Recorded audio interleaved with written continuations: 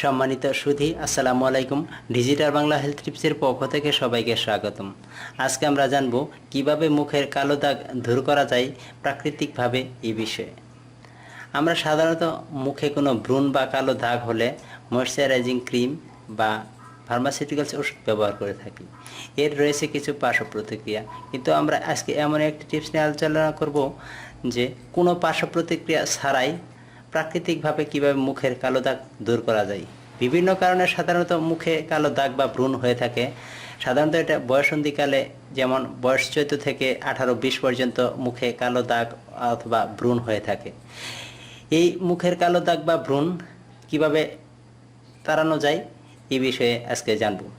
আমরা কয়েকটি উপায়ে এই মুখের কালো দাগ দূর করতে পারি, তবে এর মধ্যে একটি সবচাইতে যে কার্যকরী পদ্ধতিটি নিয়ে আমরা আজকে আলোচনা করব সেটি হচ্ছে আলু দিয়ে।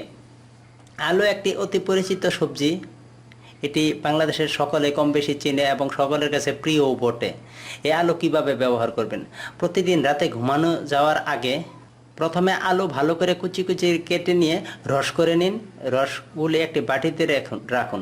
রাতে ঘুমানো যাওয়ার আগে ভালো করে হালকা কুসুম গরম পানি দিয়ে মুখটা পরিষ্কার করে নিন এবং ভালো সুতি ন্যাকড়া দিয়ে বা গামছা দিয়ে মুখটা পরিষ্কার করে নিন, মুছে নিন, অথবা টিস্যু দিয়ে মুছে নিলে ভালো হয় সবচাইতে। তারপর হালকা এই আলুর রস তুলাতে ভিজিয়ে যেখানে কালো দাগ রয়েছে বা যেখানে ব্রণ রয়েছে সেই জায়গায় আলতো আলতো করে লাগিয়ে নিন।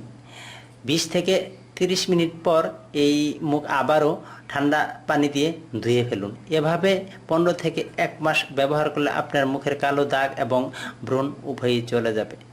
এটি সম্পূর্ণ পার্শ্ব প্রতিক্রিয়া মুক্ত এবং সামান্য সবজি দিয়ে একদম সচরাচর যে সবজিটি পাওয়া যায় অত্যন্ত সহজলভ্য। এটির একটি আকর্ষণীয় টিপস। আপনারা চেষ্টা করে দেখতে পারেন, মুখের কালো দাগ অবশ্যই দূর হবে। আর আমার এই ভিডিওটি যদি ভালো লেগে থাকে তাহলে লাইক, কমেন্ট, শেয়ার করতে ভুলবেন না। এবং পরবর্তী স্বাস্থ্য সম্পর্কিত বা যে কোনো হেলথ বিষয়ক পরামর্শ পেতে আমার এই চ্যানেলটি অবশ্যই সাবস্ক্রাইব করে রাখুন। আল্লাহ হাফেজ।